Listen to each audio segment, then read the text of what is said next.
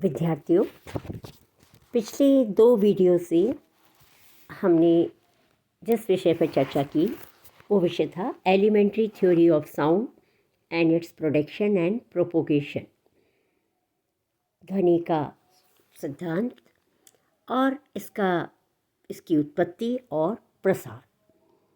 इसके अंतर्गत हमने ध्वनि के बारे में जाना कि ध्वनि क्या है,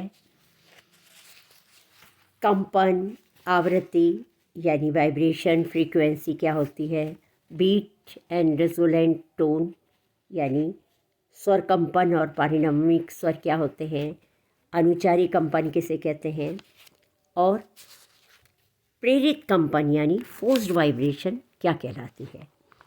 अब इसी प्रेरित कंपन को हम आगे बढ़ेंगे इस पे कि जब वस्तु की मुक्त आवृत्ति और प्रेरक बल की आवृत्ति में अंतर होता है तो वस्तुओं में उत्पन्न कंपन को प्रेरक कंपन या फोर्स्ड वाइब्रेशन जो है कहा जाता है।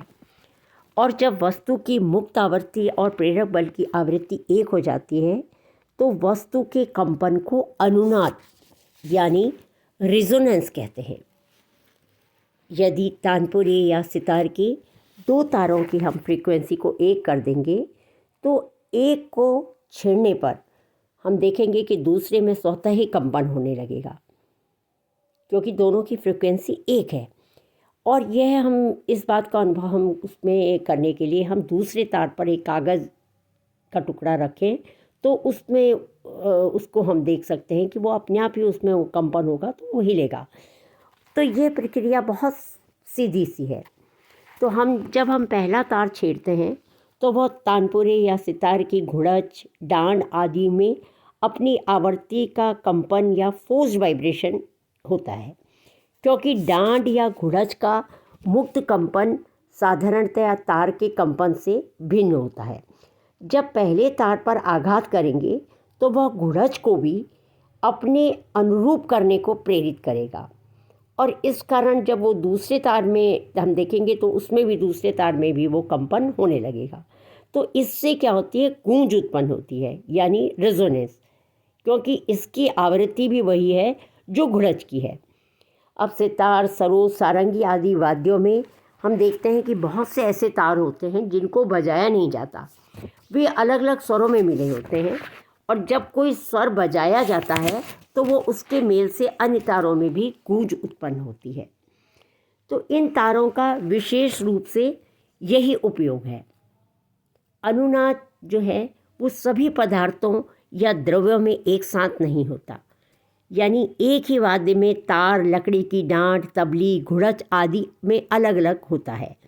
अतः वाद्यों की बनावट के लिए यह जानना आवश्यक है कि भिन्न भिन्न पदार्थों के अनुवाद में कैसे अंतर होता है और पदार्थों के इस प्राकृतिक भेद का क्या उपयोग किया जा सकता है। प्रत्येक पदार्थ में एक आंतरिक हम देखते हैं अवरोधक जो है होता है, जिसके कारण वह अपने भीतर किसी बाहरी वस्तु की या अपने ही अंग और अणुओं की गति में बाधा पहुंचाता है। अब दोलक जब हवा में डोलता है तो हवा उसकी गति में एक तरह की रुकावट डालती है और इसी से हम देखते हैं कि दोलक कुछ समय तक में चलने के बाद वो एकदम रुक जाता है। और यदि हम दोलक को जल में डालें तो उसकी गति और शीघ्रता से रुक जाएगी, क्योंकि जल का आंतरिक अवरोधक वायु से भी अधिक होता है। और इसी तरह यदि गाढ़े तेल या दूध में डालें तो ये अवरोधक और भी अधिक होगा। इससे यह निष्कर्ष निकलता है कि किसी वस्तु का अनुनाद उसके अवरोध पर निर्भर करता है।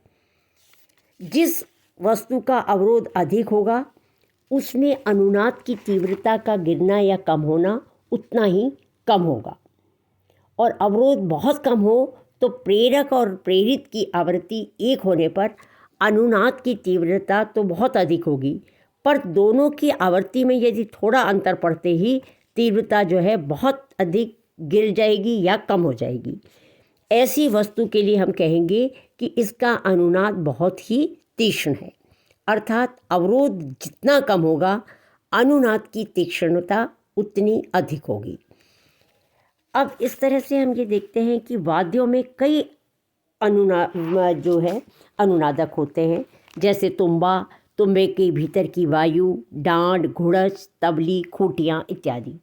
इन सभी की मुक्त आवृत्ति अलग अलग होती है तथा अवरोध भी जो है अलग अलग होता है, किंतु इन अनुनादों का रहना जो है अत्यावश्यक है, क्योंकि इनके बिना आवाज़ ही नहीं सुनाई देती। जब किसी कंपन करते हुए द्विभुज को हम हाथ में पकड़कर ऊपर हवा में रखते हैं तो आवाज़ नहीं सुनाई देती है, लेकिन जब उसी को हम किसी मेज पर रख देते, खड़ा कर देते हैं, तो आवाज़ निकलने लगती है।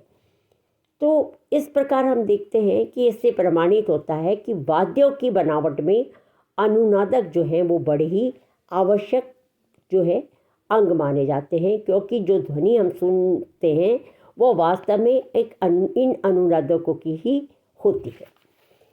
तो आगे हम ये देखते हैं कि ध्वनि के जो लक्षण, ये नाद के जो प्रमुख 3 लक्षण जो है वो ही ध्वनि के 3 लक्षण माने गए हैं। पहला है तारता यानी पिच, दूसरी है तीव्रता यानी उसकी इंटेंसिटी, और तीसरा है गुण यानी टिम्बर। तो तारता यानी हम देखते हैं कि स्त्री और बच्चों की आवाज़ जो होती है प्राय बहुत बारीक मानी जाती है, कोमल और बारीक सी होती है, और उसकी अपेक्षा पुरुषों की जो है मोटी और गंभीर होती है। जिस आवाज़ को महीन समझा जाता है उसे संगीत की भाषा में ऊंचा स्वर कहते हैं, और जिस आवाज़ को मोटी समझा जाता है संगीत की भाषा में उसे नीचा स्वर कहते हैं। नाद की एक दूसरे की अपेक्षा इस नीची ऊंची स्थिति को ही तारता या पिच कहते हैं। अब ये जो संगीत की भाषा में जब है इन्हें ही सारे गा मा पा धा नी कहा जाता है, यानी सा से थोड़ा जब आगे की ओर हम जाएंगे तो स्वर की जो तारता जो है वो क्रमशः बढ़ती जाती है।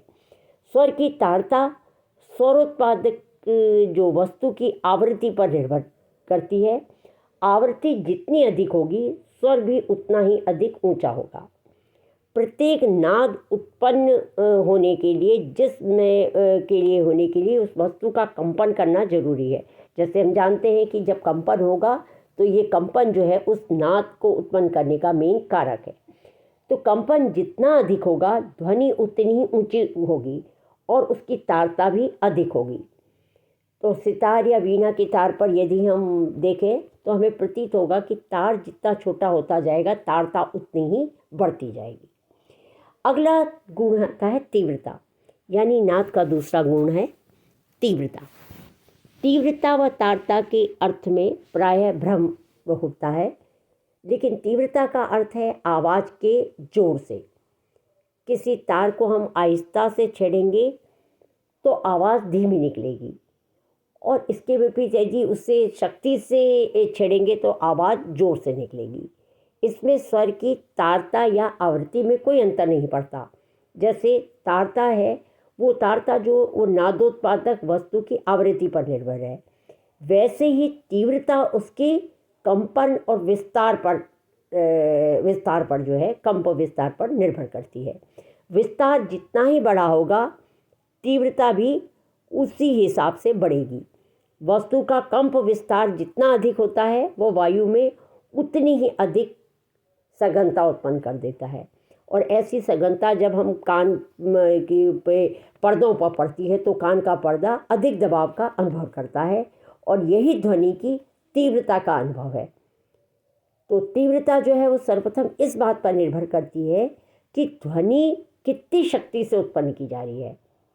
यदि ध्वनि को हम देखते हैं कि उत्पादन में कम शक्ति का प्रयोग होगा तो आवाज़ धीमी होगी, और इसके विपरीत अधिक शक्ति का प्रयोग होने पर वो आवाज़ तेज होगी।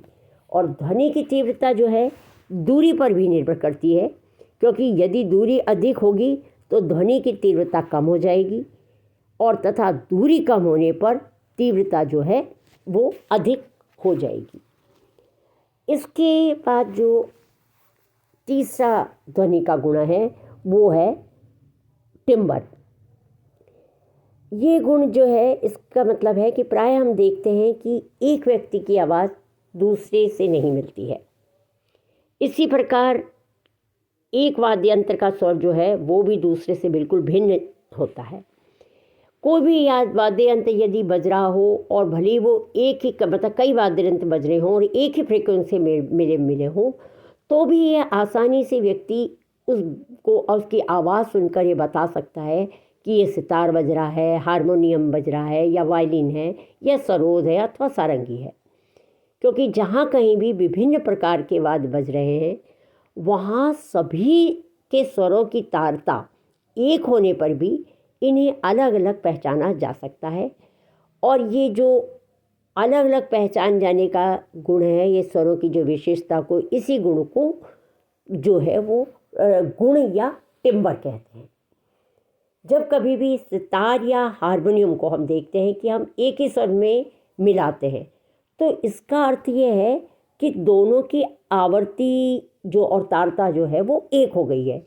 पर इसका अभिप्राय ये नहीं है कि दोनों की अपना अलग अलग उनकी पहचान ही मिट गई, ऐसा नहीं है। क्योंकि सितार और जो हारमोनियम हो, उन दोनों की फ्रीक्वेंसी एक हो गई है, तो उससे उनका फ्रीक्वेंसी आवृत्ति तारता तो एक मानी जाएगी, लेकिन वो जो दोनों साज हैं उनके गुण जो है वो अलग अलग ही रहते हैं। तो इस प्रकार ये तीन जो है ध्वनि के गुण माने जाते हैं। इस प्रकार हम देखते हैं कि निष्कर्ष रूप में ये माना जाता है कि ध्वनि जो है वो उसके लिए उसके उत्पादक, माध्यम और ग्राहक, ये उसके प्रसार के लिए तीन तत्वों की आवश्यकता पड़ती है। और ध्वनि जो है मुख्यतः जो है आंदोलन यानी कंपन पर जो है निर्भर करती है। Thank you.